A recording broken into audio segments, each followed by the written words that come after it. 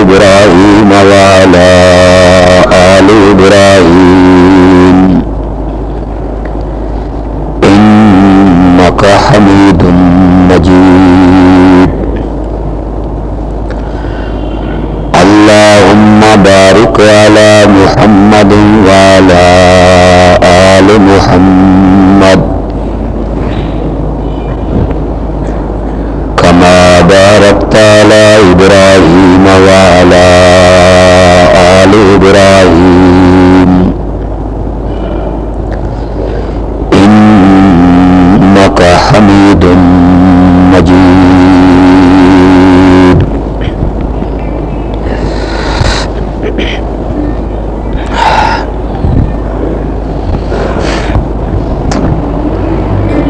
مشرکین مکہ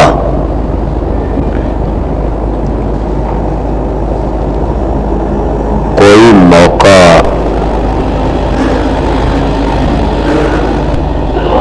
ایسا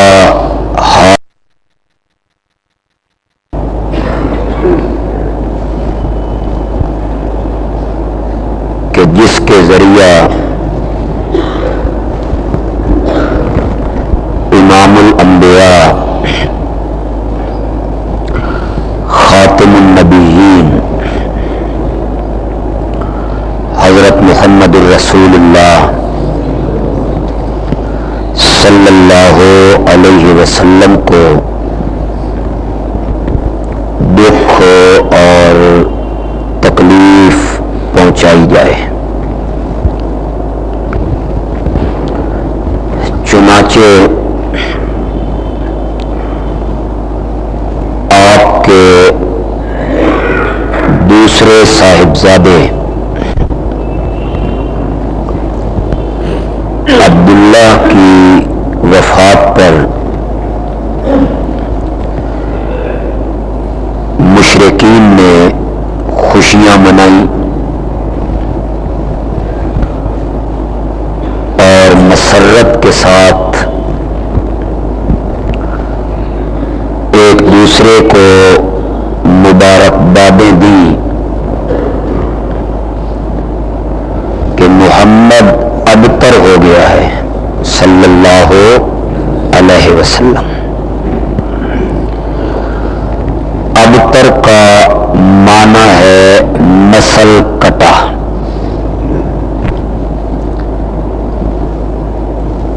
ان کا خیال یہ تھا کہ انسان کی نسل اس کے بیٹوں کے ذریعہ چلتی ہے، چونکہ ان کے دونوں بیٹوں کا انتقال ہو گیا ہے، اس لیے ان کی نسل ختم ہو گئی ہے.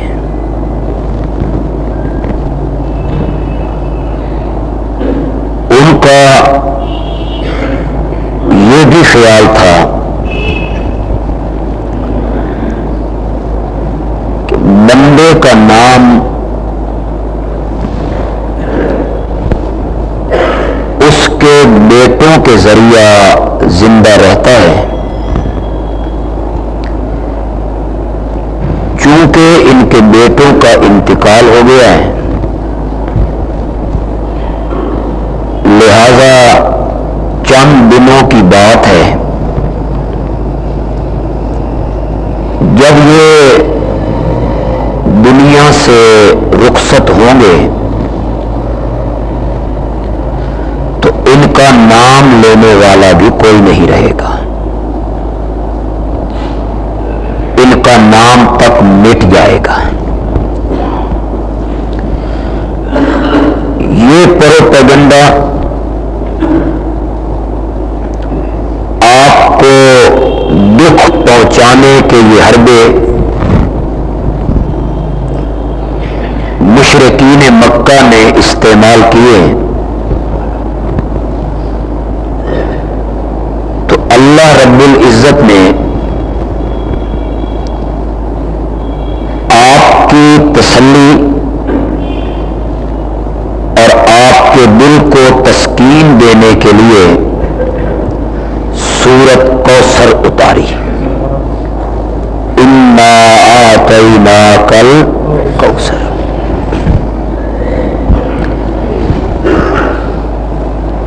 کہ میرے پیارے پیغمبر اگر آپ کی صلبی اولاد اور آپ کی حقیقی اولاد ہم نے واپس لے لیے تو اس میں پریشان ہونے کی ضرورت نہیں، کیونکہ دنیا اور آخرت کی ساری بھلائیاں ہم نے آپ کی جھولی میں ڈال دی.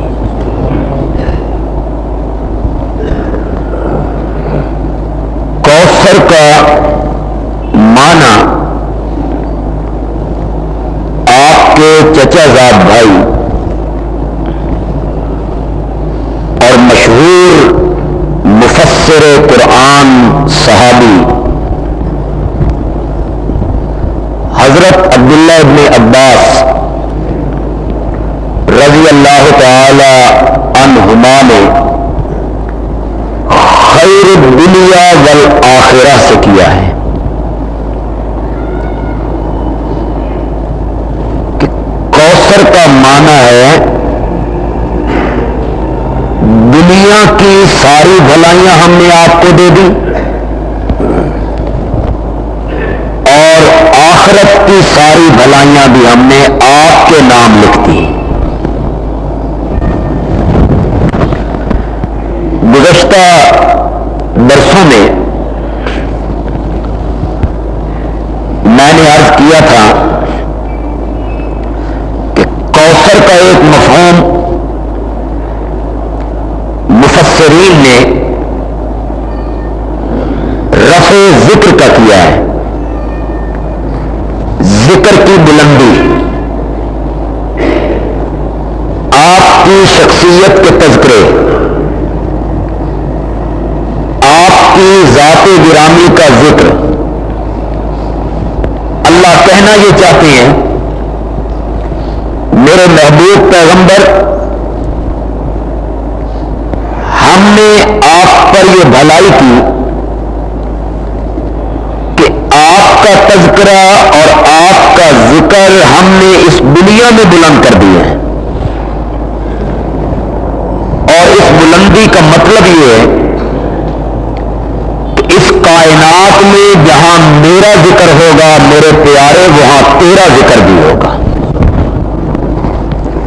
تو آپ کا نام کس طرح مٹ سکتا ہے، آپ کس طرح بے نام و نشان ہو سکتے ہیں، جس طرح اس کائنات میں میرا ذکر کبھی ختم نہیں ہو سکتا. میرے پیارے پیغمبر آپ کا تذکرہ بھی اس دنیا میں کبھی ختم نہیں ہو سکتا. کوثر سے مراد ذکر کی بلندی. کوثر کا ایک اور معنی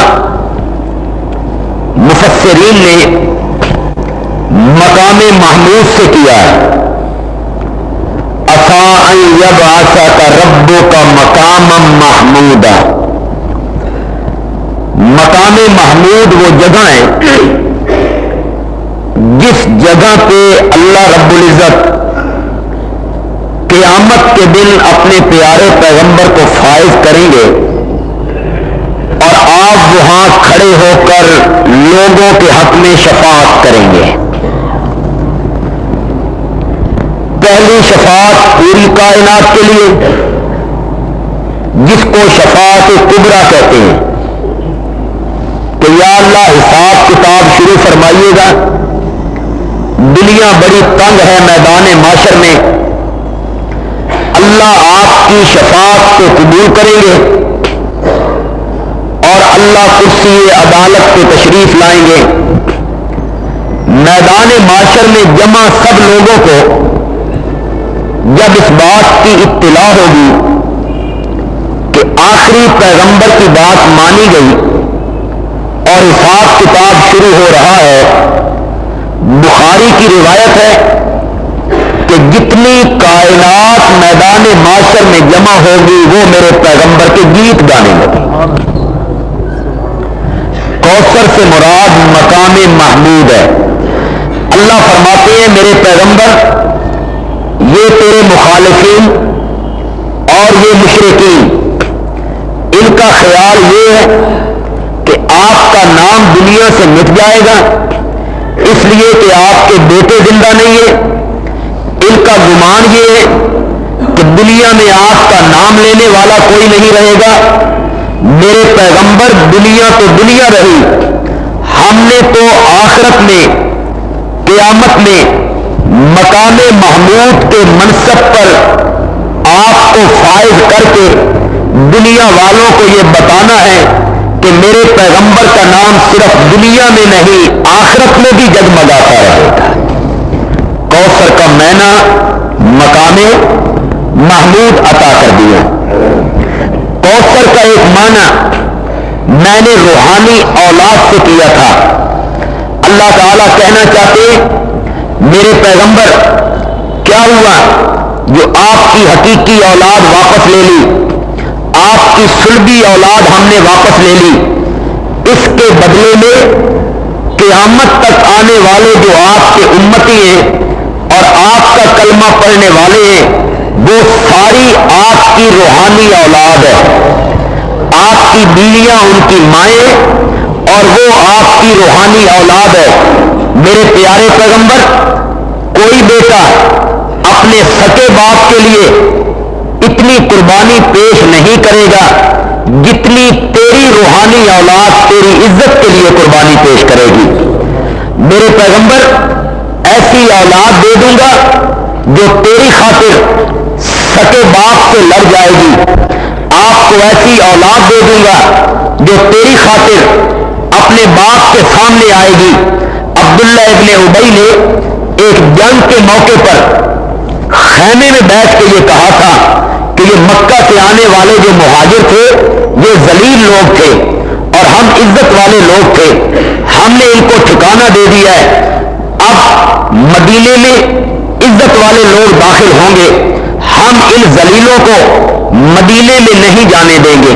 گویا کہ اس نے نبی پاک کو بھی اور صحابہ مہاجرین کو اس بے ایمان نے ذلیل تک کا لفظ کہا، انہیں ہم مدینے میں داخل نہیں ہونے دیں گے، انہیں باہر روک لیا جائے گا۔ ایک صحابی حضرت زید کم عمر ہیں، وہ یہ گفتگو سن رہے تھے، انہوں نے نبی پاک کو آ کے یہ گفتگو بتائی۔ اس طرح کے جملے عبداللہ ابن ابی نے کہے ہیں۔ آپ نے عبداللہ ابن ابی کو بلایا، عبداللہ ابن ابی سے جب پوچھا تو کہنے لگا ہماری سفید داڑیاں ہیں، ہماری عمر کا خیال کرو، ایک بچے کا کہا مان کے آپ ہمیں بدنام کرنا چاہتے ہیں، ہم سے قسم لے لو ہم نے یہ جملے نہیں کہے۔ حضرت زید کہتے ہیں نبی پاک نے مجھے جھٹلا دیا، یہ لفظ ہے بخاری کے، نبی پاک نے مجھے جھٹلایا۔ آپ نے فرمایا جھوٹ موٹ کی بات تم نے بنا لی ہے، یہ تو قسمیں اٹھا رہے ہیں کہ ہم نے ایسے کوئی جملے نہیں کہے، مجھے نبی پاک نے جھٹلا دیا۔ میں اپنے خیمے میں واپس آیا، بڑا پریشان تھا، میرے چچا نے بھی مجھے کوسا کہ تو نے یہ بات کیوں کہی جو بات پائے تکمیل کو نہ پہنچ سکی۔ حضرت زید کہتے ہیں نبی پاک نے تو میری تکذیب کر دی اور مجھے جھٹلا دیا اور ان کی جھوٹی قسموں کا آپ نے اعتبار کر لیا، لیکن مجھے یہ 100% یقین تھا کہ جھوٹی قسمیں اٹھا کر یہ منافق نبی پاک کی آنکھوں میں دھول جھونک سکتے ہیں، عرش والے کی آنکھیں بند نہیں کر سکتے، اس کی آنکھیں بند نہیں کر سکتے۔ وہ ضرور اپنے پیارے پیغمبر کو حقیقت حال سے آگاہ کرے گا۔ جب قافلہ چلا تو میں نے اپنا اونٹ جان کے نبی پاک کے اونٹ کے قریب رکھا، اپنی سواری آپ کی سواری کے قریب رکھی، پھر میں نے محسوس کیا کہ وہی اترنے لگی ہے۔ مجھے چہرے سے یہ محسوس ہوا کہ اونٹ پر بیٹھے ہوئے آپ پر وہی اترنے کا سلسلہ شروع ہو گیا ہے۔ جب وہی اتر چکی اور حالت بدل گئی تو نبی پاک نے مجھے قریب کر کے میرے کان کو پکڑ کے کہا زید اللہ نے تیری تصدیق کر دی۔ واقعی ان بے ایمانوں نے یہ جملے کہے تھے کہ عزت والے لوگ مدینے میں جائیں گے اور ہم ذلیلوں کو مدینے میں نہیں جانے دیں گے. کہ جھوٹی قسمیں اٹھا کر میرے سامنے یہ سچے ثابت ہوئے، اس لیے کہ میں عالم الغیب نہیں ہوں، اس لیے کہ میں اندر کے راز جاننے والا نہیں ہوں، اس لیے کہ مجھے ان کے حالات کا پتہ نہیں تھا. اور وہ جو عالم الغیب ہے، وہ جو دلوں کے راز بہتر جانتا ہے، اس نے تیری تصدیق کر دی ہے. حضرت زید ہیں تو بچے، لیکن جب نبی پاک نے یہ جملے کہے تو حضرت زید نبی پاک کو کہتے ہیں یا رسول اللہ، اللہ نے میرا نام لے کے تصدیق کر دی، خدا نے میرا نام بھی لیا ہے. نبی پاک نے فرمایا ہاں زید تیرا نام لے کر اللہ نے تصدیق کر دی ہے کہ زید سچ کہتا تھا. یہ جھوٹے تھے، انہوں نے جھوٹی قسمیں اٹھائی تھی. یہ عبداللہ ابن ابی جس نے یہ قسم اٹھائی کہ عزت والے لوگ مدینے میں جائیں گے اور ذلیل لوگ مدینے میں نہیں جائیں گے. مطلب اس کا یہ تھا کہ ہم جائیں گے اور یہ مسلمان اور یہ مکے سے آنے والے اور یہ پیغمبری کا دعویٰ کرنے والے یہ مدینے میں نہیں جائیں گے. جب یہ قافلہ واپس لشکر مدینے کے قریب آیا، اسی عبداللہ ابن ابی کا بیٹا، اس کا نام بھی عبداللہ ہے، وہ ننگی تلوار لے کر مدینے کے دروازے پہ کھڑے ہو گیا اور کھڑے ہو کے کہتا ہے آج نبی پاک مدینے میں جائیں گے اس لیے کہ وہ عزت والے ہیں، میرا باپ آج مدینے میں نہیں جائے گا اس لیے کہ وہ ذلیل ہے. آج میں نے اپنے باپ کی یہ بات آج میں نے پکی کر دینی ہے، اپنے باپ کے اس قول کی میں نے تصدیق کر دینی ہے کہ عزت والے لوگ مدینے میں جائیں گے اور ذلیل لوگ مدینے میں نہیں جائیں گے. نبی پاک آج جائیں گے، صحابہ بھی آپ جائیں گے، مہاجرین بھی جائیں گے، میرا باپ وہ نہیں جائے گا. میں اس تلوار سے اس کی گردن قلم کر کے رکھ دوں گا. جس نے نبی پاک کو ذلیل کہا ہے، کسی نے آ کے نبی پاک کو بتایا کہ عبداللہ جو عبداللہ ابن ابی کا بیٹا ہے وہ ننگی تلوار لے کے کھڑا ہے، کہتا ہے میں باپ کو قتل کر دوں گا. نبی پاک نے بلایا، فرمایا بیٹا تلوار نیام میں ڈال لو، اپنے باپ پر تلوار نہیں اٹھانی ورنہ دنیا کفر میرے خلاف یہ پروپیگنڈا کریں گے کہ جو لوگ اس پیغمبر کا کلمہ پڑھ لیتے ہیں وہ اپنے والد کا حیا بھی نہیں کرتے ہیں، لہذا تلوار نیام میں کر لیجئے. اللہ نے فرمایا میرے پیغمبر کیا ہوا جو تیری حقیقی اولاد ہم نے واپس لے لی ہے، اس کے بدلے میں عبداللہ جیسا بیٹا تجھے عطا کر دیا ہے جو اپنے باپ کے سامنے تلوار لے کے کھڑا ہے اور تیری عزت کے لیے اپنے باپ کو قتل کرنا چاہتا ہے. انا اعطیناکل کوثر، کوثر سے مراد کیا ہے؟ روحانی اولاد. کلمہ پڑھنے والے جو لوگ ہیں وہ ہم نے آپ کو روحانی بیٹے عطا کر دیے جو آپ کی ناموس کے لیے، آپ کی عزت کے لیے جو قربانیاں پیش کر رہے ہیں. یہ تاریخ کے مسلسل واقعات ہیں، کب تک میں ان کو دہراتا رہوں گا، کتنا اسے دہراتا رہوں گا. انہوں نے نبی پاک کے لیے اپنے باپ سے، اپنے چچا سے، اپنی ماں سے لڑائیاں مول لی ہیں. اور ایک صحابی جس کا نام عبد العزیٰ ہے، جاہلیت کا نام عبد العزیٰ ہے، جب اس نے کلمہ پڑھ لیا، باپ اس کا مر چکا ہے، یہ یتیم ہے، چچا اس کی کفالت کرتا ہے. یہ چچا کے سامنے آیا، آ کے کہتا ہے چچا میں مسلمان ہونا چاہتا ہوں، میں مدینے جانا چاہتا ہوں. چچا کہتا ہے مدینے جانا چاہتے ہو تو یہ بھیڑ بکریاں جو ہیں، یہ ریور جو ہے یہ تیرا نہیں ہے، یہ میرا ہے، یہ میرے حوالے کر کے جا. اس کے ذہن میں تھا شاید یہ ریور، یہ مال، یہ بکریاں ان کو محبوب سمجھے گا. اور عبد العزیٰ نے ایک لمحہ ضائع کیے بغیر کہا سنبھال اپنا ریور، میں تو چلا مدینے، سنبھال اپنا ریور. جب یہ کھٹا گیا بار تو وہ کہتا ہے یہ تیرے تن پہ جو 3 کپڑے ہیں یہ میرے دیے ہوئے ہیں، یہ میرا مال ہے، یہ میں نے تجھے دیے ہیں، تیرے اپنے نہیں ہیں. اگر تو جانا چاہتا ہے یہ تینوں کپڑے اتار دے. تاریخ کے یہ لفظ ہیں. عبد العزیٰ نے پہلے اپنا کرتا اتارا ہے، پھر اس نے پگڑی اتاری ہے، پھر اس نے اپنے تہبند پہ جب ہاتھ رکھا ہے چچا کی طرف دیکھا ہے، چچے کا دل ذرا بھی نہیں پسیچا، اس نے چادر بھی اتار کے چچا کے حوالے کر دی اور بالکل ننگا اپنی ماں کی خدمت میں آیا ہے. دستک دی ہے، ماں حیران ہو گئی ہے. کیا ہوا کہ چچا نے یہ اشر کر دیا ہے میں مدینے جانا چاہتا ہوں، ایک کمبل یا ایک کپڑے کا سوال کرنے تو اس سے آیا ہوں. ماں نے ایک کمبل دیا ہے، اس نے 2 ٹکڑوں میں اس کو تقسیم کر لیا ہے، آدھے کو باندھ لیا ہے، آدھا اوڑھ لیا ہے، پاؤں میں جوتیاں نہیں ہے، سر پہ کپڑا نہیں ہے، 2 کمبل کے 2 حصے ہیں، لپیٹ کے مدینے کی طرف جا رہا ہے. این سحری کے ٹائم جب مسجد نبوی میں پہنچا، سب سے پہلی ملاقات محمد رسول اللہ صلی اللہ علیہ وسلم سے ہوئی. پوچھا کون ہو کہ فلاں علاقے سے آیا ہوں. آپ نے فرمایا نام کیا ہے آپ کا نام؟ کہتا عبد العزیٰ. عزیٰ ایک فقیرنی کا نام تھا، مشرکین اس سمجھا کرتے تھے، مشرکین اس کو مشکل کشا، حاجت روا سمجھا کرتے تھے، اپنے بیٹوں کو اس سے منسوب کیا کرتے تھے، جس طرح آج لوگ اپنے بچوں کے نام غیر اللہ سے منسوب کرتے ہیں۔ عبد النبی نام رکھ دیا، عبد الرسول نام رکھ دیا، عطا محمد نام رکھ دیا، حسین بخش نام رکھ دیا، علی بخش نام رکھ دیا، امام بخش نام رکھ دیا، فیض الحسن نام رکھ دیا، فیض الحسین نام رکھ دیا، حالانکہ بندہ کسی کا نہیں ہے، بندہ ہے تو صرف اللہ کا ہے، عطا کرنے والا بھی اللہ ہے، اور فیض بھی سارا لوگ منسوب کرتے ہیں اپنے نام غیر اللہ کی طرف۔ انہوں نے بھی منسوب کیے تھے، عبد العزا نام رکھتے تھے، عبد مناف نام رکھتے تھے، عبد حبل نام رکھتے تھے، عبد الکعبہ نام رکھ دیا کرتے تھے اپنے بچوں کے۔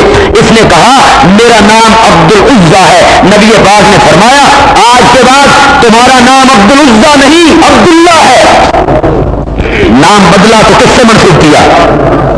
عبد النبی نہیں رکھوایا، عبد الرسول نہیں رکھوایا، عبد المصطفیٰ نہیں رکھوایا۔ آپ نے فرمایا آج کے بعد تمہارا نام عبد العزا نہیں بلکہ تمہارا نام عبداللہ ہے۔ اور یہ دو کمبل کیسے تم نے لپیٹ رکھے ہیں؟ اس نے سارا واقعہ سنایا تو نبی پاک نے فرمایا پھر تو تم ذوالبجادین ہوئے نا، دو کملیوں والا میرا صاحب۔ آپ نے اس کا نام ڈالا ذوالبجادین، دو کملیوں والا میرا صحابی۔ کہنا یہ چاہتا ہوں اللہ تعالیٰ فرماتے ہیں میرے پیغمبر میں تجھے ایسی اولاد سے نواز دوں گا جو تیری خاطر اپنی عزت کی قربانی دے گی، تیری خاطر اپنے تن کے کپڑوں کی قربانی دے گی، تیری خاطر اپنی جان کی قربانی پیش کرے گی، تیرے خاطر اپنے بچوں کی قربانی پیش کرے گی۔ تو کوثر سے مراد ہے روحانی اولاد، وہ لوگ جو نبی پاک کا کلمہ پڑھنے والے ہیں۔ اللہ فرماتے ہیں میرے پیغمبر ایسی اولاد عطا کروں گا جو تیرے نام کو قیامت تک زندہ رکھے گی۔ انا اعطیناک الکوثر، اور کوثر کا ایک معنی مفسرین نے کیا ہے قرآن پاک۔ انا اعطیناک الکوثر، میرے پیغمبر آپ کیوں گھبراتے ہیں، آپ کیوں پریشان ہوتے ہیں؟ ہم نے آپ کو کوثر نہیں دیا، ہم نے آپ کو قرآن پاک جیسی کتاب نہیں دی، ہم نے آپ پر یہ انعامات کی بارش نہیں برسائی، ہم نے آپ کو رحمتوں والی، برکتوں والی، فضیلتوں والی، رفعتوں والی، ہم نے آپ کو یہ کلام پاک، یہ کتاب ہم نے آپ کو عطا نہیں کر دی۔ یا اللہ مسئلہ تو یہ تھا کہ نام مٹ جائے گا ان کا، مشرکین کا پروپیگنڈا یہ تھا کہ نام زندہ رہتا ہے اولاد کی وجہ سے، اور اولاد باقی نہ رہی تو نام ان کا دنیا سے مٹ جائے گا۔ پروپیگنڈا تو یہ ہے مشرکین کا کہ ان کا نام لینے والا بھی کوئی نہیں ہوگا، اور تو جواب میں کہتا ہے میں نے تجھے قرآن دے دیا ہے، میں نے تجھے کتاب دے دی ہے، میں نے تجھے کوثر دے دی ہے۔ ان کے پروپیگنڈے کا یہ جواب کیسے بنا؟ پروپیگنڈا تو یہ تھا کہ نام مٹ جائے گا ان کا۔ اللہ نے فرمایا میرے پیارے پیغمبر یہ قرآن جو ہم نے آپ کو کتاب کے طور پر، یہ رحمتوں اور فضیلتوں والی کتاب جو ہم نے آپ کو عطا کی ہے، یہ صرف عطا نہیں کی بلکہ عطا کر کے ساتھ یہ وعدہ کیا ہے انا نحن نزلنا الذکر وانا لہ لحافظون، کہ اس قرآن کو اتارنے والے بھی ہم نے اور اس کی حفاظت کرنے والے بھی ہم نے۔ میرے پیارے پیغمبر اس کی کسی آیت میں، اس کی کسی صورت میں، اس کی کسی زبر میں، اس کی کسی حرکت میں، اس کی کسی زیر میں قیامت تک فرق نہیں آئے گا۔ اس قرآن کو ہم نے دنیا میں بھی باقی رکھنا ہے، قیامت کے دن بھی باقی رکھنا ہے، جنت میں بھی باقی رکھنا ہے۔ حفاظت ہم نے خود کرنی ہے اس قرآن پاک کی، اس نے نہیں مٹنا، نہیں مٹنا، نہیں مٹنا۔ اس قرآن پاک نے اس دنیا سے، اس دنیا میں قرآن نے باقی رہنا ہے۔ میرے پیغمبر ہم نے آپ کو قرآن جیسی کتاب عطا کر دی ہے جس نے قیامت تک باقی رہنا ہے۔ میرے پیارے پیغمبر جب تک اس کائنات میں قرآن باقی رہے گا تیرا نام بھی زندہ رہے گا، تیرا نام بھی اس وقت تک زندہ رہے گا۔ قرآن نے رہنا ہے تو تیرے نام نے بھی اس کے ساتھ زندہ رہنا ہے، اس لیے کہ قرآن اتارا گیا ہے حضرت محمد رسول اللہ صلی اللہ علیہ وسلم پر۔ اللہ تعالیٰ فرماتے ہیں میرے پیغمبر ہم نے آپ کو قرآن عطا کر دیا ہے۔ کوثر کا ایک معنی کیا ہو گیا؟ بولیے قرآن۔ اور کوثر کا ایک دنیا میں خیر عظیم، اس سے بڑی بھلائی دنیا میں کوئی نہیں، اس اس دنیا میں اس سے بڑی نعمت ایک مسلمان کے لیے کوئی نہیں ہے. یہ سب سے عظیم نعمت ہے دنیا کی نعمتوں میں سے. اور اللہ تعالیٰ فرماتے ہیں میرے پیغمبر جب قیامت کا میدان لگے گا نا اور میدان معاشر لگے گا انا اعطیناک الکوثر ہم آپ کو حوض کوثر کا ساقی بنا دیں گے.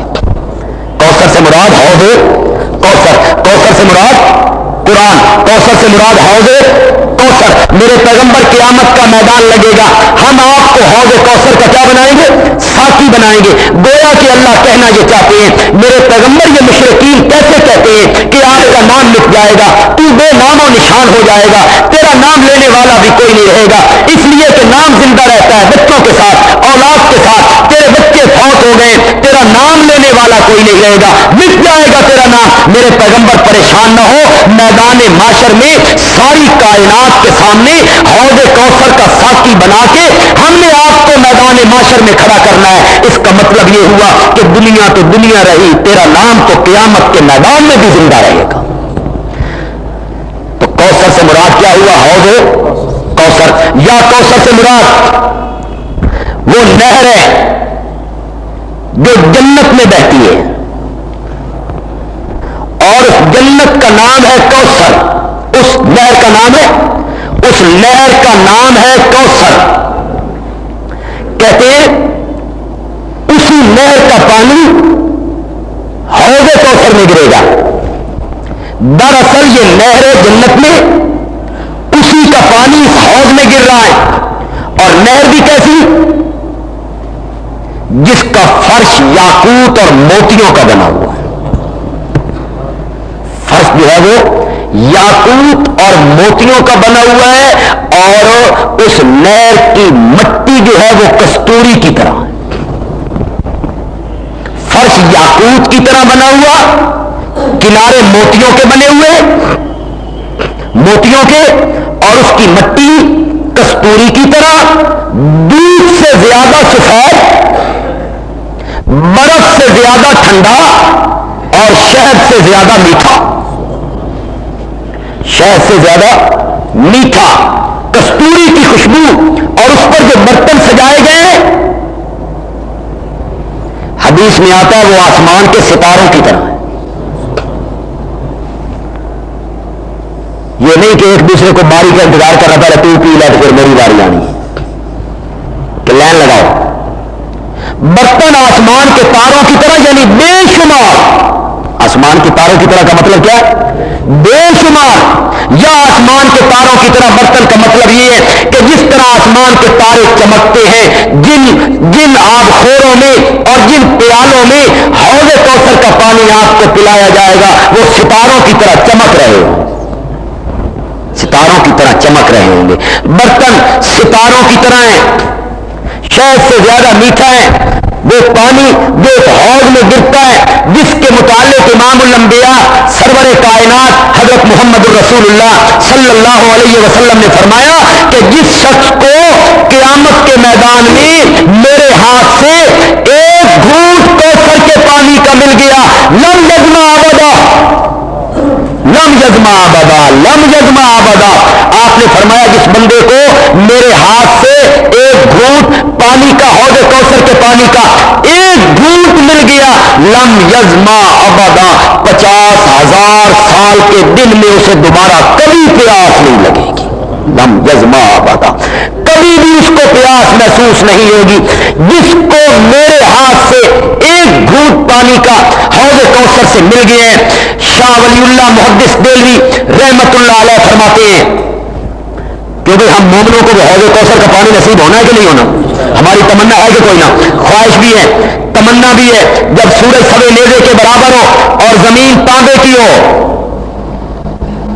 اور زبانیں سوکھ کے لکڑی کی طرح ہو گئی ہوں اور پینے کے لیے وہاں کوئی پانی نہ ہو, کوئی سایہ نہ ہو, کوئی رحمت کی جگہ نہ ہو, پسینے نکل رہے ہیں, نفس و نفسی کا عالم ہے, اس عالم میں حوض کوثر سے جام پینا تمنا نہیں ہے, خواہش نہیں, آرزو نہیں ہے. اللہ نصیب کرے. وہاں اللہ آپ کر اللہ نے آپ کو دنیا میں عطا کیا, اور وہ کیا ہے؟ کوثر اللہ نے آپ کو دنیا میں عطا کیا اور اس کا پانی بھی خدا کی قسم شہد سے زیادہ میٹھا ہے، اس کا پانی بھی شہد سے زیادہ میٹھا ہے، اس کی خوشبو بھی کستوری سے خدا کی قسم زیادہ ہے۔ ایک کوثر اللہ نے اپنے پیارے پیغمبر کو اس دنیا میں عطا کیا ہے قرآن پاک کی شکل میں۔ شاہ ولی اللہ محدث دہلوی رحمت اللہ علیہ فرماتے ہیں ایک کوثر اللہ آپ کو قیامت کے دن عطا کرے گا جب آپ حوض کوثر کے ساتھی ہوں گے، لیکن اس کوثر سے وہی پیے گا جس نے اس کوثر سے پیا ہوگا، اس کوثر سے وہی پیے گا جس نے اس کوثر سے دنیا میں پیا ہے۔ اب اپنے گھروانوں میں جھانک کے دیکھیے اس کوثر سے آپ کتنا سیراب ہوتے ہیں، پھر آرزو کیجئے کہ قیامت کے دن ہمیں اس کوثر سے بھی جام ملنا چاہیے۔ پہلے بتائیے یہ کوثر جو تمہارے پاس موجود ہے، جو تمہارے گھروں میں موجود ہے، جو تم پر انعامات کی بارش اللہ نے برسائی ہے، اس سے کتنا پانی پی رہے ہو؟ کتنے امی جن کو دیکھ کے قرآن پاک پڑھنا نہیں آتا،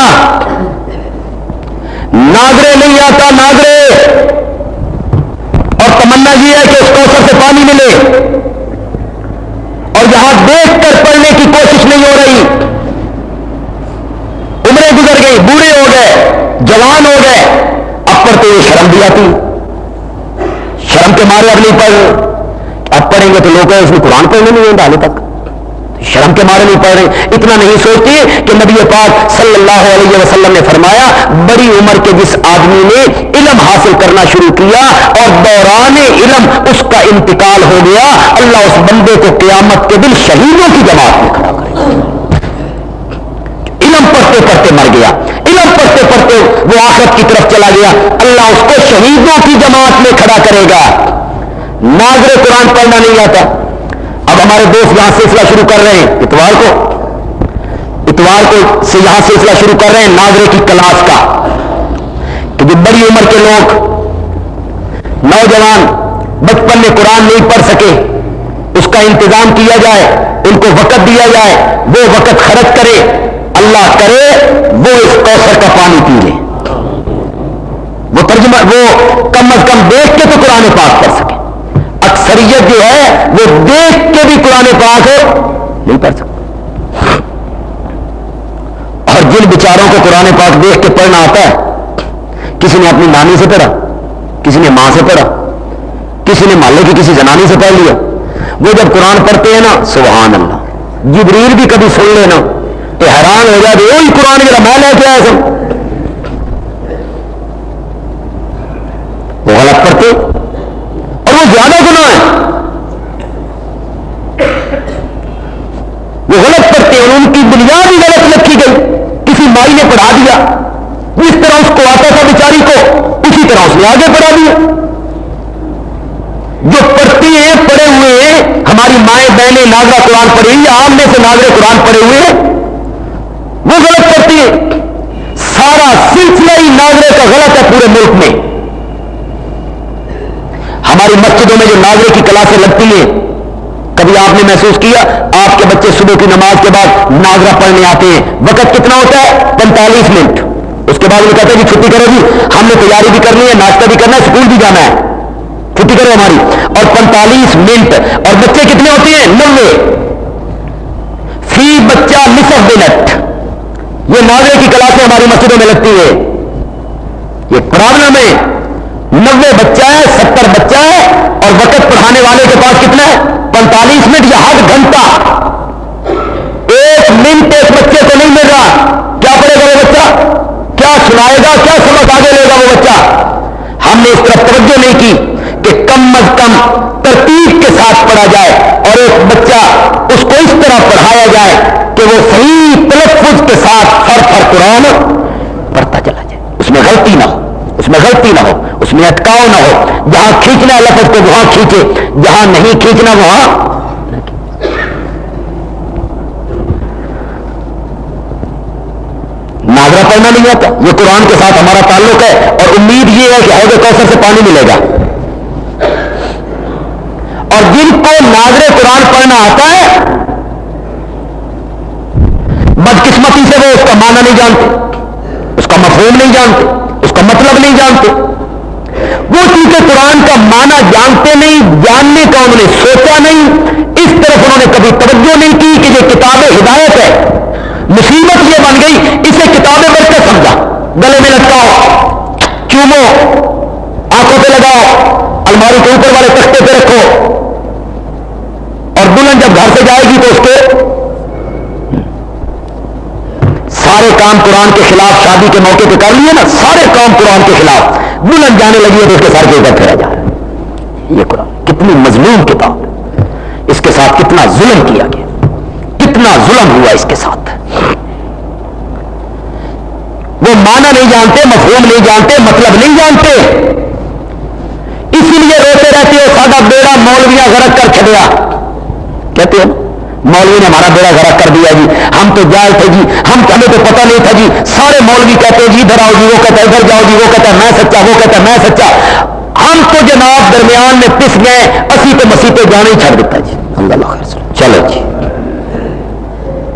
مولوی لڑتے ہیں جی، مولوی لڑتے ہیں اور ہر ایک اپنی طرف کھینچتا ہے، ہم کیا کریں؟ آپ کیا کریں؟ آپ کے پاس کتاب ہدایت موجود ہے، ذالک الکتاب لا ریب فیہ ھدی للمتقین، شہر رمضان الذی انزل فیہ القرآن ھدی للناس، ان ھذا القرآن یہدی للتی ہی اقوم۔ تو اس قرآن کو خود کیوں نہیں سمجھتا؟ اس کو پڑھنے کی کوشش کیوں نہیں کرتا؟ اس کا معنی، اس کا مفہوم کیوں نہیں سمجھتا؟ انگلش کی گرامر مشکل ہے کہ عربی کی گرامر مشکل ہے؟ کہتے ہیں انگلش کی گرامر مشکل ہے بنسبت عربی کی گرامر کے، لیکن انگلش کی گرامر آپ کو آتی ہے، عربی کی گرامر آپ کے لیے مشکل ہو گئی ہے، کیوں نہیں پڑھتے؟ خود پڑھو، اس سے رہنمائی حاصل کرو، سیدھا رستہ وہی ہے جو قرآن بتائے گا۔ جن کو پڑھنا آتا ہے وہ معنی نہیں جانتے، یہ اس کوثر کا حال کیا ہم نے اس دنیا میں۔ اگلی بات بھی کہہ دوں، اور جن کو معنی آتا ہے، جو عالم ہے، جو منبر و معراج کے وارث ہیں، جن کو ان کا معنی مفہوم آتا ہے، وہ بدقسمتی سے لوگوں کے سامنے اس کو بیان نہیں کرتے، یہ پھر ظلم ہوا اس کے ساتھ۔ کتنی باتیں میں نے کہہ دی، اول تو پڑھنا آتا نہیں، جن کو آتا ہے وہ معنی نہیں جانتے، جن کو معنی آتا ہے وہ لوگوں کو نہیں بتاتے، نہیں بیان کرتے، ہمارے چندے بند ہو جائیں گے، ہمارے مدرسے کم ہو جائیں گے، مقتدی گھٹ جائیں گے، لوگ گھٹنوں کو ہاتھ لگاتے ہیں، لوگ ہمارے ہاتھ چومتے ہیں، یہ ساری گدیاں اور نذرانے اور عزتیں ختم ہو جائیں گی۔ اگر ہم نے قرآن بیان کیا پھر گلیوں سے گزرے تو لوگ کہیں گے او وہاں بھی جا رہے ہیں، وہ منکر ہے، ہمارے ہاتھ تو کوئی نہیں چومتا، تمہارے ہاتھ کیوں چومتے ہیں؟ ہمارے گھٹنوں کو ہاتھ کوئی لگاتا، تمہارے گھٹنوں کو ہاتھ کیوں لگتے ہیں؟ اسی لیے نا کہ تم مدائن ہو، تم نے اللہ کی کتاب کو چھپایا ہے، تم نے لوگوں کے سامنے بیان نہیں کیا کہ اللہ کا قرآن کیا سمجھانا چاہتا ہے۔ تم نے سیف الملوک پڑھی، وارث شاہ کی ہیر پڑھی، قصے، کہانیاں، کشف، خواب، قول کٹورے، بزرگوں کے قول کٹورے، الہام، خط، فلاں نے یہ کہا، فلاں نے یہ کہا، فلاں نے یہ کہا، فلاں بزرگ یوں کہتے تھے، فلاں نے یوں لکھا ہے، فلاں کو یہ خواب آیا، فلاں مدینے گیا، فلاں نے سلام کہا، فلاں کو یہ جواب ملا، تیرے پاس قول کٹورے لوگوں کو خوش کر رکھا ہے، ہم نے اللہ کا قرآن بیان کیا ہے۔ ہم نے لوگ کہا قرآن پڑھو، قرآن کیا کہتا ہے؟ جن کو قرآن کا معنی اور مفہوم آتا ہے انہوں نے قرآن کے ساتھ یہ ظلم کیا کہ انہوں نے لوگوں کے سامنے قرآن بیان نہیں کیا، انہوں نے اس پہ پردے ڈالے، انہوں نے اس کو چھپایا، انہیں ڈر تھا عزتیں گھٹ جائیں گی، وقار کم ہو جائے گا، مقتدی کم ہو جائیں گے، چندے کم ہو جائیں گے، اس لیے انہوں نے اللہ کے قرآن پر پردے ڈالے۔ یہ قرآن کے ساتھ ظلم، ایک کوثر اس دنیا میں آپ کو عطا کیا، اور وہ کیا ہے؟ بولو، چلو یار آپ جتنے لوگ بیٹھے ہیں بڑے شوق سے آپ درس سننے کے لیے آتے ہیں، آپ اپنے اپنے گریبانوں میں جھانک کے دیکھیے آپ کا ذاتی طور پہ قرآن سے کتنا تعلق ہے، ہر بندے کا تصور کرو، آپ اسے کتنا پڑھتے ہیں، آپ اس کے احکام پر کتنا عمل کرتے ہیں، آپ اس کے اوامر کتنے مانتے ہیں، جن باتوں اور کاموں سے یہ روکتا ہے ان کاموں سے آپ کتنا رکتے ہیں، اس قرآن کے پیغام کو آگے پہنچانے کے لیے آپ نے کتنی محنت کی، بتاؤ تمہارا کیا سلوک ہے اس قرآن کے ساتھ جو درس سننے کے لیے بھی آئے ہو، اس کو آگے پہنچانے کے لیے کبھی آپ نے فکر کی کہ اس کا پیغام آگے بھی پہنچنا چاہیے، اس کے احکام پر ہمیں عمل کرنا چاہیے، اس کے نواہی سے ہم کو بچنا چاہیے، اس کو پڑھنا چاہیے، اس کو حفظ جان بنانا چاہیے، اس کی تلاوت کرنی چاہیے، اپنے بچوں کو قرآن پاک پڑھانے کے لیے سختی ان پر کرنی چاہیے۔ آپ کا کیا سلوک ہے قرآن پاک کے ساتھ؟ سچی سچی بات کیجیے، آپ کا بچہ اگر سکول نہیں جاتا ڈنڈا اٹھا کے کھڑے ہو جاتے ہو، بیوی کبھی کہتے کیوں نہیں گیا یہ سکول، لیکن اگر آپ کا بچہ مسجد میں قرآن پاک ناظرے پڑھنے کے لیے نہیں جاتا، ہفتہ ہفتہ نہیں جاتا، آپ نے کبھی پوچھا؟ خود بتاؤ اس کوثر سے آپ نے کیا سلوک کیا، اس کوثر کے ساتھ آپ کا سلوک کیا؟ یہ جو قرآن آج مظلوم کتاب آپ کے گھروں میں پڑی ہوئی ہے، اپنے بچوں کو پڑھانے کے لیے آپ نے محنت کی، انگلش پڑھانے کے لیے 500 روپے کی کمیشن رکھتے ہو، اور قرآن پاک پڑھانے کے لیے آپ کوئی بندہ رکھے اور وہ 100 روپے مانگے، اس کے لیے بھی آپ تیار نہیں ہوتے۔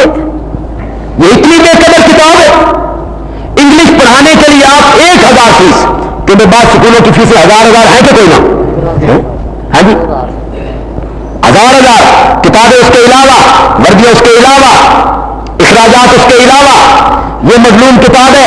آپ لوگ جو آپ بیٹھے ہیں، چھوڑیے باہر کے جو باہر لوگ ہیں ان کو چھوڑ دیجیے، جتنے آپ لوگ بیٹھے ہیں مجھے بتائیے، آپ نے اپنے چھوٹے بھائیوں کو پڑھانے کے لیے یا اپنے بچوں کو پڑھانے کے لیے یا اپنے بھتیجوں کو پڑھانے کے لیے کتنی فکر کی ہے؟ اس کوثر کے ساتھ آپ کا کیا تعلق ہے؟ آپ یہ خواہش کرتے ہیں کہ ہمیں اس کوثر سے جام ملنا چاہیے، اس کوثر سے جام تب ملے گا جب اس دنیا میں اس کوثر کا جام پیو گے۔ ہاں جی، کوثر کا معنی کیا ہے؟ قرآن، اور کوثر کا ایک معنی کیا ہوا؟ بولو مرادے گا،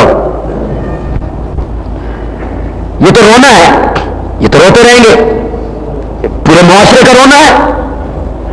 یہ مظلوم کتاب ہے، طاقوں میں سجائی جاتی ہے، عدالتوں میں سروں پہ اٹھائی جاتی ہے، جب قول و قرار اور قسم لینے کا وقت آتا ہے الماریوں سے باہر نکلتی ہے،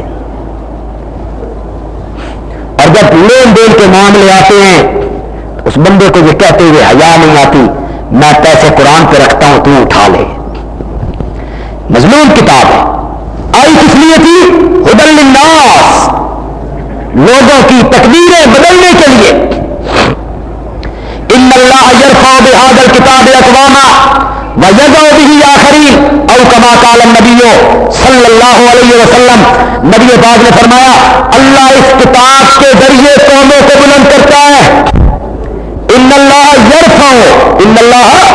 یرفع بہذا الکتاب اقواما، اس کتاب کے ذریعے اللہ قوموں کو بلند کرتا ہے، ویضع به آخرین، اور جن قوموں کو اللہ ذلیل کرتا ہے اس قرآن کی وجہ سے ذلیل کرتا ہے۔ کیا مطلب ہے اس کا؟ جو قومیں اس کے احکام پہ عمل کرتی ہیں اللہ ان کو بلند کر دیتا ہے، اور جو اس کے احکام پر عمل کرنا چھوڑتی ہیں اللہ ان کو ذلیل کرتا ہے۔ ذلت دیکھ رہے ہو؟ ابھی کیا، ابھی تو قوم نے آگے آگے پتہ نہیں کیا کچھ دیکھنا ہے۔ کوئی ہے بندہ امیر غریب پڑھا لکھا جاہل مل آنر یا مزدور، تاجر یا ریڑھی پہ سودا بیچنے والا، چھابا لگانے والا یا ٹوپی اٹھانے والا، عالم یا جاہل، نمازی یا غیر نمازی، جو یہ کہے کہ میں مطمئن زندگی گزار رہا ہوں، مجھے کوئی پریشانی نہیں ہے، مجھے کوئی فکر نہیں ہے کوئی؟ معلوم ہوتا ہے دولت سے سکون نہیں ملتا. اگر دولت سے سکون ملتا تو مل آنر سکون میں ہوتے، دولت سے سکون ملتا تو امیر لوگ سکون میں ہوتے. پریشانی ہے، فکر ہے، فاقہ ہے. نوبت نہیں جا رسی کہ بیٹا اپنے باپ کا کہا نہیں مانتا، بیٹا باپ کا کہا نہیں مانتا، بیوی اپنے خامد کا کہا نہیں مانتی.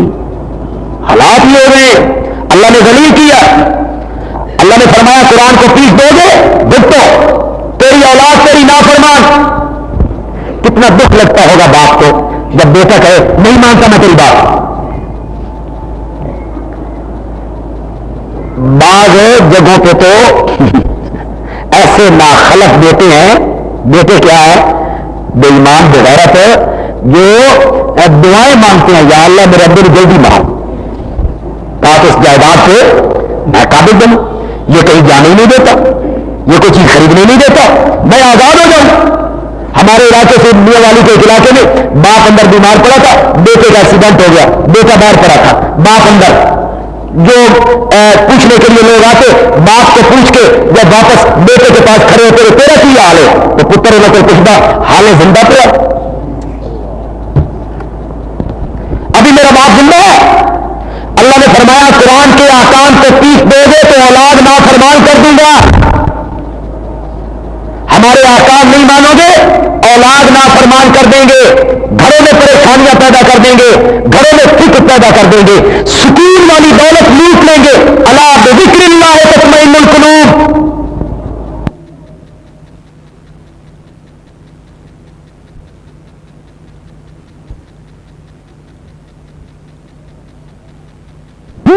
ذکر اللہ کیا ہے؟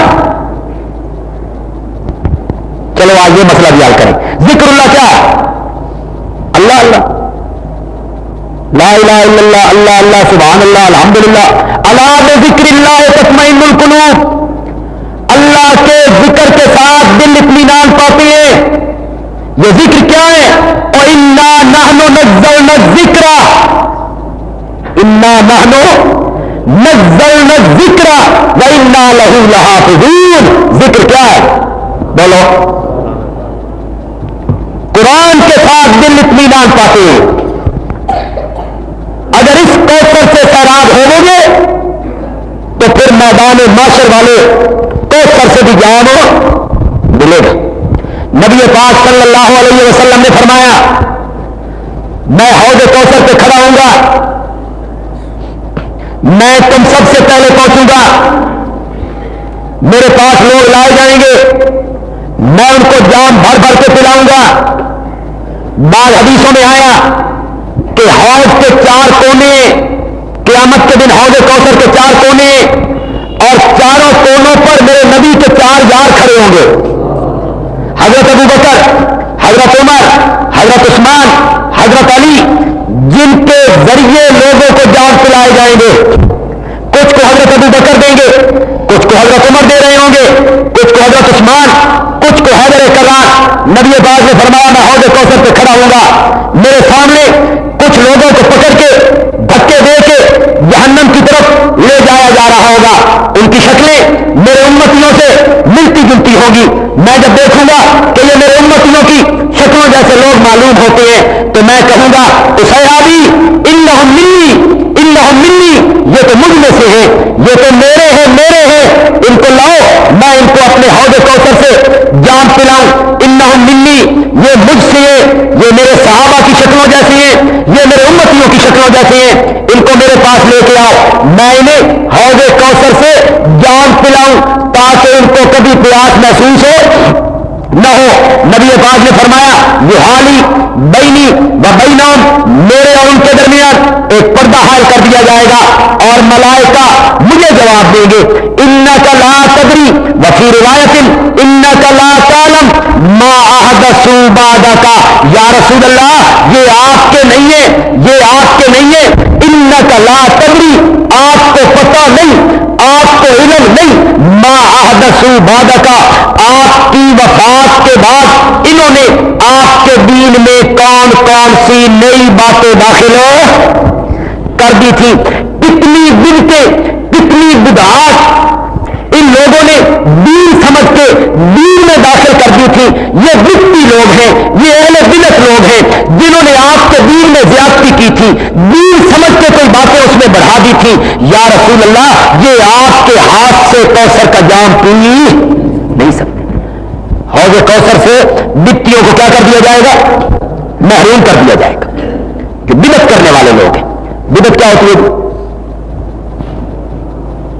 ہر نیا کام بدعت نہیں ہوتا۔ ہمارے دوست مغالطہ دیتے ہیں کہ جی ہر نیا کام بدعت ہے، تو یہ نبی پاک کے زمانے میں کوئی اینک تھی، لاؤڈ سپیکر تھا، یہ ٹوپی تھی، پھر ہر نیا کام بدعت ہے، تو پھر یہ اینک بھی بدعت ہونی چاہیے، یہ کاروں پہ سواری بھی بدعت ہونی چاہیے، یہ سائیکل پہ چڑھنا بھی بدعت ہونے۔ یہ ایک مغالطہ اہل علم جاہلوں کو دے دیتے ہیں۔ ہر نیا کام بدعت نہیں، ذہن میں رکھیے، ہر نیا کام بدعت نہیں۔ بخاری کی روایت ہے، ام المومنین حضرت عائشہ صدیقہ رضی اللہ تعالی عنہ، اس کی راویہ ہیں، حضرت عائشہ کہتی ہیں نبی پاک نے فرمایا من احدث فی امرنا اے فی دیننا ھذا ما لیس منہ فہو رد، جس آدمی نے کوئی نیا کام کیا فی دیننا، بولو کس میں؟ میرے دین میں، ہمارے دین میں کوئی نیا کام کیا دین سمجھ کے، نیا کام کیا دین سمجھ کے، جس کا تعلق اس دین میں نہیں تھا، میں نے وہ کام نہیں کیا، میرے صحابہ نے وہ کام نہیں کیا، جس نے نیا کام کیا دین سمجھ کے فہو رد، وہ کیا ہے؟ وہ مردود ہے۔ معلوم ہوتا ہے ہر نیا کام دین نہیں، وہ ہر نیا کام بدعت نہیں، وہ کام بدعت بنے گا جو دین میں کیا جائے دین سمجھ کے۔ بدعت کا سمجھنا بڑا مشکل ہے، اور بدعت سے بچنا اس سے زیادہ مشکل ہے۔ جتنے تم موبائل ہمارے ساتھی بیٹھے نا، پکے موبائل 18 بلاکی ہے، جو کہتے ہیں ہم 18 بلاک والے ہیں، جن کو لوگ بھی کہتے ہیں 18 بلاکی ہے بھائی۔ بدعات کا ارتکاب آپ سے بھی ہوتا ہے۔ کئی ہمارے دوست جو 7ویں 10ویں 40ویں پہ بیٹھے ہوتے ہیں، مٹھیاں پڑی جا رہی ہوتی ہے، وہ بھی اس میں شامل ہوتے ہیں۔ برادری میں ناچ رکھنے کے لیے، دوستوں میں ناچ رکھنے کے لیے وہ بدعت کا ارتکاب کرتے ہیں۔ ماننا نہ ماننا آپ کی مرضی ہے، ہمارا کام ہے نہیں بتانا۔ ایک بدعت جب آدمی کرتا ہے، ایک بدعت اللہ تعالیٰ اس بندے کے 40 سال کے مقبول عمل ضائع کر دیتا ہے، ایک بدعت کرنے سے، اور وہ اسلام سے ایسے نکل جاتا ہے جیسے بیندے ہوئے آٹے سے بال نکال لیا۔ اللہ اس کی فرض نفل کوئی نماز قبول نہیں کرتا۔ دین کے اندر دین سمجھ کے کوئی نیا کام کرنا، اس کو دین سمجھنا، وہ کام کیا بنے گا؟ بولو بدعت بنے گا۔ بدعت کا سمجھنا اس لیے مشکل ہوتا ہے، بدعت ایک زہر ہے جس کے اوپر سنہری کیپسول ہے، بظاہر وہ بہت خوبصورت ہے، کیپسول ہے، اس پر چڑھا ہوا کلمہ، درود، ذکر، تبھی تو لوگ کہتے ہیں، اور یہ تیسرے دن ہم میت کے گھر میں جب بیٹھ جاتے ہیں تو مولانا وہاں گٹھلیوں پر یا چلوں پر ہم کلمہ ہی تو پڑھتے ہیں نا جی، لا الہ الا انت سبحانک انی کنت من الظالمین۔ ایک کلمہ پڑھنا گناہ ہے، اس لیے لوگ کہتے ہیں کہ وہ سمجھتے ہیں یہ نیکی ہے۔ یہ بھی آذان سے اول آخر جو صلاۃ و سلام ہم پڑھتے ہیں، یہ درود پڑھنا گناہ ہے جی،